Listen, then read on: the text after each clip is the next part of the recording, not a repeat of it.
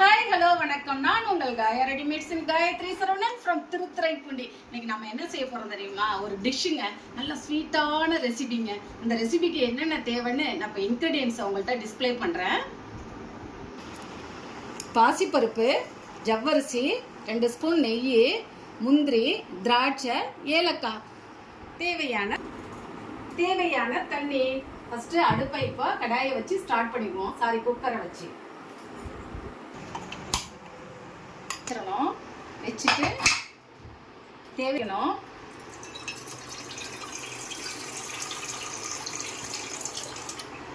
ரெண்டு விசில் விட்டா போதுங்க.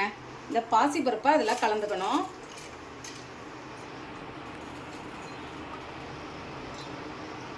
அண்டு ஜவ்வரிசியும் அதில் நல்லா வேக விட்டுக்கணும். ஒரு 2 விசில் வந்தால் போதும். Okay, done. பாசி பருப்பையும் ஜவ்வரிசியும் 2 விசில் வர வரையும் வேக போட்டிருக்கேன். நெக்ஸ்ட் எல்லாத்தையும் எப்படி மிக்ஸ் பண்ணுறேன்னு கேட்டுக்கோங்க. வேக வச்ச பாசி பருப்பும் ஜவ்வரிசியும் நல்ல பூ மாதிரி அழகாக வெந்துருச்சுங்க. இதில் நெய்யில் வறுத்த முந்திரியையும் திராட்சையும் போடுறோம்.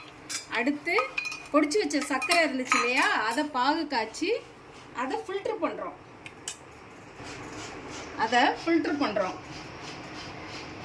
ஃபில்டர் பண்ணணும்னு கிடையாது. இதே நாட்டு சர்க்கரையாக இருந்தால் ஃபில்டர் பண்ண வேண்டியதில்லை.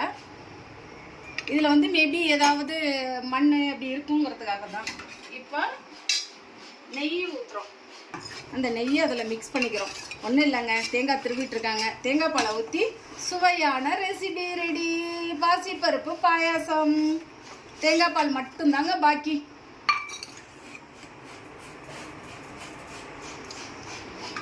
நான் கடைசியில் என்னை எடுக்க இப்போ திருவி வச்சிருக்க தேங்காவில் தேங்காய் பால் எடுத்து பாயாசத்துக்கு ஊற்றுறோம்.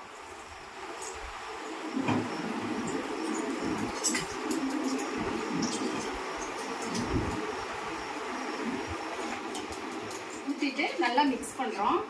வாவ், வாசனை செம்மையாக இருக்கு. சர்விங் பவுலில் எல்லாத்தையும் சர்வ் பண்ணி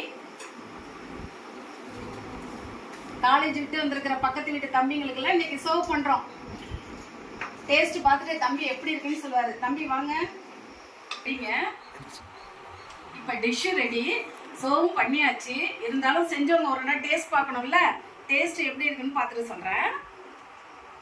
வாவ், செம்ம டேஸ்ட்டுங்க. தேங்க்யூ.